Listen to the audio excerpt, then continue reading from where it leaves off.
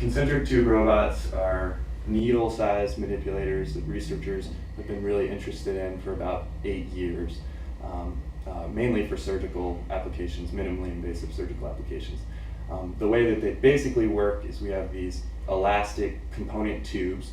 Each of those component tubes are curved. And we slide these tubes one inside the other and then move those tubes around, and they bend this collective backbone. But in addition to just bending, they also twist the component tubes that make up that backbone.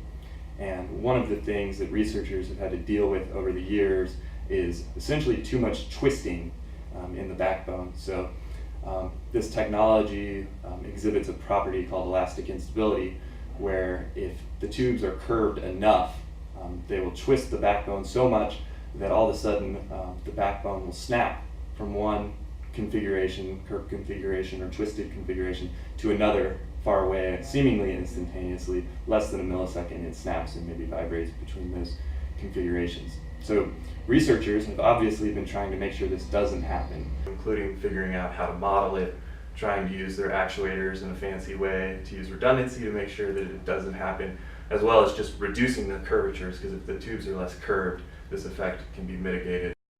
So in this work, instead of trying to avoid these elastic instabilities, we sought to actually take advantage of their high power release to do something beneficial in surgery. The next few videos that you will see were created using photos from a high-speed camera of a concentric tube manipulator experiencing an elastic instability in 3 different predicted energy release configurations. Note the relative ease and success with which the highest predicted energy release configuration, configuration 3 in this video, slices through the skin.